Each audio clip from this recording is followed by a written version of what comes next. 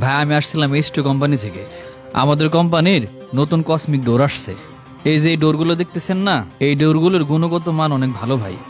ভাই আমি এই কোম্পানির মাল বিক্রি করি না, আমি অনেক ভালো কোম্পানির মাল বিক্রি করি। আপনি চলে যেতে পারেন। ভাই আমার টার্গেটটা ফিল আপ হইতেছে না, আপনি কিছু মাল অর্ডার দেন, বিক্রি হবে ভাই। না ভাই আমার লাগবে না, আপনি যাইতে পারেন। মাসুদ সাহেব, আজকে আপনি মোট কত টাকার অর্ডার কেটেছেন? স্যার 30,000 টাকার। এই মাসে যেন আপনি মোট কত টাকার অর্ডার কেটেছেন? 2,25,000। আপনার টার্গেট কত ছিল? স্যার 13 লাখ টাকা টার্গেট ছিল। 13 লাখ টাকা। আজকে মাসের 4 দিন বাকি আছে, এই 4 দিনের মধ্যে কি আপনি 13 লাখ টাকার অর্ডার কাটতে পারবেন? স্যার আমি তো স্যার ট্রাই করতেছি। আপনি কি ট্রাই করতেছেন? নাকি মার্কেটে যায় হাওয়া বাতাস লাগায় ঘুরতেছেন? স্যার আমাদের প্রোডাক্টটা মার্কেটে নতুন তো স্যার, এই জন্য টার্গেট ফিল আপ করাটা সম্ভব হচ্ছে না। আপনার দ্বারা যদি সম্ভব না হয় তাহলে আপনি চাকরি ছেড়ে দেন, আপনার জায়গায় অন্য কেউ এসে অসম্ভবকে সম্ভব করে দেখাক। ওই জায়গায় বিল হয়েছে তো 4,032 টাকা দিছিল। হ ভাই দিছিল। মাল কি পাঠাই দিছস?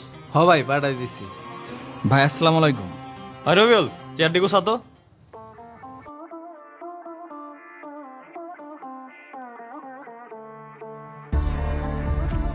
কোথা থেকে আসে এমন লোক? আরে বলে না, হিসাব দেখ।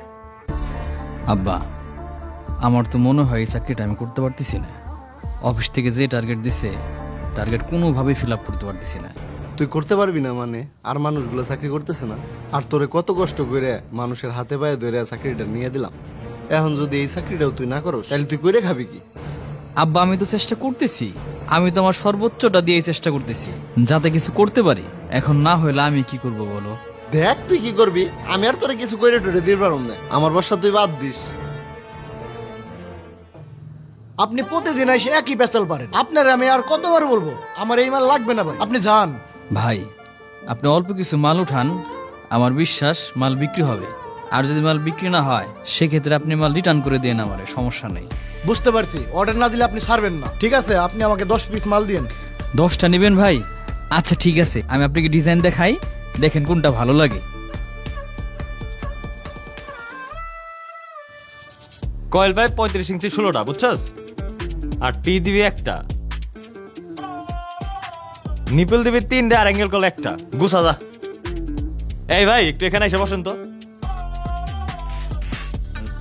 ভাই আমি তো আসছিলাম এইচ2 কোম্পানি থেকে। ভাই আমি জানি জানি। ও আচ্ছা ভাই, ভাই আমরা তো কসমোর ডোর বিক্রি করি ভাই। আমাদের ডোরগুলির ভাই কোয়ালিটি অনেক ভালো, চাইলে ভাই আপনি কিছু অর্ডার দিতে পারেন। ভাই আমি আপনার অর্ডার দিব না, আপনারা ডাকলাম হলো একটা কারণে। আপনি প্রতিদিন এসে আমাদের দোকানে দাঁড়ায় থাকেন, এটা দেখতে আমার ভালো লাগে না ভাই। আপনি আর আমার দোকানে আইসেন না। ভাই প্রতিদিন আসবো না কি করব ভাই, এটা তো আমার কাজ ভাই, আমার আসতে হবেই। আর ভাই আমার এই প্রোডাক্টটা নতুন তো, আপনাদের মার্কেটে নতুন ঢুকছে, আমরা ওইভাবে মার্কেটটা ধরতে পারি নাই। আর আপনি একজন বড় দোকানদার ভাই, আপনি যদি কিছু অর্ডার দিতেন তাহলে এই মার্কেটে আমাদের প্রোডাক্টগুলি চলতো ভাই। না ভাই, আমি আপনাকে কোম্পানির মালই নিব না, আপনাকে কোম্পানির বিজনেস পলিসি ভালো না। কেন ভাই, আমার কোম্পানির বিজনেস পলিসির ভিতরে কি সমস্যা ভাই? অন্যান্য কোম্পানিতে অনেক সুযোগ সুবিধা দেয়, আপনাকে কোম্পানিতে কোনো সুযোগ সুবিধা নাই। আপনাকে মাল নিতে আগে টাকা দেওয়া লাগে, এইভাবে তো ভাই আমি ব্যবসা করুম না। আমি আগে মাল বেচুম, তারপর আপনাকে টাকা দেবো। আর আপনারা ডিলার করে দেন এক রেট, দোকানদার করে দেন আরেক রেট। এইভাবে তো আমরা ব্যবসা করে টিকে থাকতে পারবো না ডিলার করে সামনে। আচ্ছা ভাই, আপনি যা বললেন আমি তা বুঝলাম ভাই, আমি এই ব্যাপার নিয়ে একটু ভাবি, কালকে আবার আপনার দোকান আসি ভাই। স্যার আমার মার্কেটে যে দোকানটা সব থেকে বড় ভাই ভাই A to Z সেন্টার, উনি স্যার আমাদের কাছ থেকে প্রোডাক্টটা নিতে চায়, কিন্তু স্যার ওনার দুটো শর্ত আছে। কি শর্ত? স্যার তার শর্ত হচ্ছে উনি আমাদের কাছ থেকে ক্রেডিটে মাল চাচ্ছে, উনি মালটা সেল করে তারপর আমাদের টাকা দেবে। আর একটা হচ্ছে স্যার আমরা ডিলারদেরকে যে রেটে মালটা দিই ওনাকেও সেই রেটেই মালটা দিতে হবে। দেখেন মাসুদ সাহেব, আমাদের কোম্পানিতে ক্রেডিটে মাল দেওয়ার কোনো পলিসি নাই। এইটা যদি আপনি রিস্ক নেন তাহলে আমি মালটা দিতে পারবো, আর যদি আপনি টাকা উঠাইতে ব্যর্থ হন তাহলে আপনার স্যালারি থেকে কর্তন করা হবে। আচ্ছা ঠিক আছে স্যার। আচ্ছা ভাই সমস্যা নাই, আপনি যেমনি যেমনি বলছেন আপনারে ওইভাবে ওইভাবে মাল দেবো ভাই। আপনি এখন আমাদের আছে, ডিজাইন আছে, ক্যাটালগ আছে, দেখেন।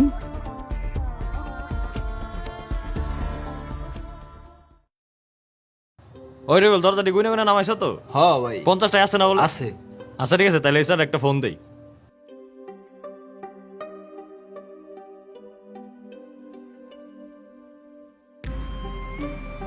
ফোন তো ধরে না রে।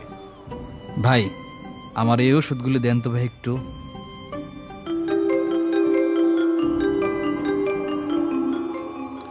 ভাই ভাই A to Z সেন্টার থেকে ফোন দিছে। ভাই তো মনে হয় দরজা সেল করতে পারে নাই। ফোন ধরলেই তো মনে হয় মাল রিটার্ন করার কথা বললেন। না থাক, এই সময় ফোন ধরার দরকার নেই। ভাই আমার ওষুধগুলি দেন একটু ভাই। বন্ধু কি অবস্থা তোর? আসতে কইলে হঠাৎ। আর বন্ধু বলিস না, আমার অবস্থাটা খুব একটা ভালো না। আব্বা হঠাৎ করে অসুস্থ হয়ে পড়লো, তার হসপিটালে ভর্তি করতে হয়েছে।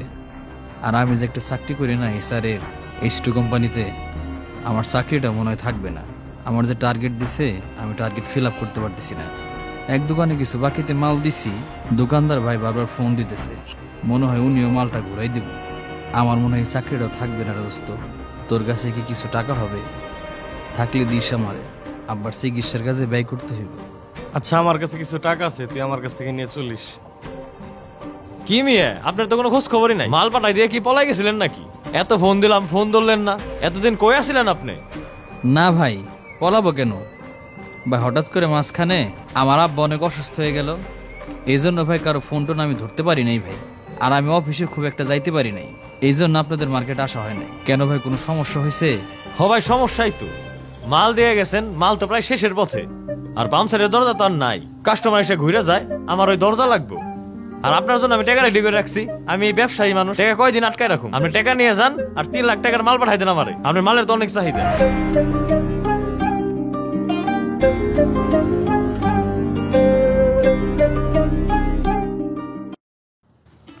আরে রায়হান ভাই, অনেক ব্যস্ত নাকি? আরে মাসুদ ভাই বসেন, ঠান্ডা নাইতেছি। ওই আনিস, মাসুদ ভাই আইছে, ঠান্ডা নাক তো। আচ্ছা ভাই। ভাই আপনার তো এখন দেখাই পাওয়া যায় না, দোকানে আসতেছেন না। আরে তা না ভাই, একটু ব্যস্ত থাকি তো। মার্কেটে তো অনেকগুলি দোকান, সব দোকানে ঘোরা লাগে। কিছু লাগবে নাকি ভাই? লাগবো মানে? আপনার জন্যই তো বসে আছি। আমাকে 5 লাখ টাকা ডোর দিয়ে দিন। আচ্ছা ঠিক আছে ভাই, দিতেছি ভাই।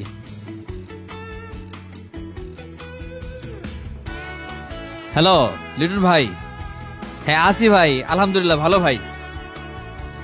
আমি মার্কেটে আছি ভাই, আসতেছি আসতেছি। আচ্ছা আচ্ছা আচ্ছা ঠিক আছে ভাই।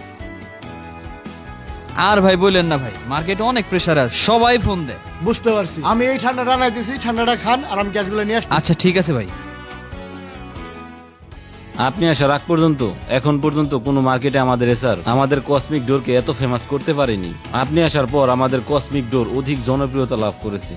আপনার পারফরমেন্সে কোম্পানি অনেক খুশি হয়েছে, এই জন্য আপনাকে প্রমোশন দিয়েছে এবং নেক্সট মান্থ থেকে নবাবগঞ্জ দোহার থানায় আপনাকে এরিয়া ম্যানেজার হিসেবে নিয়োগ দেওয়া হয়েছে। Congratulation mister Masud Rana. আব্বা আমার তো প্রমোশন হয়েছে। কি কস রে তুই? হ আব্বা, আলহামদুলিল্লাহ। হ আব্বা, আমার পোস্টিং তো হয়েছে দোহার নবাবগঞ্জে। আমি জানতাম বাবা তুই একদিন না একদিন সফল হবি।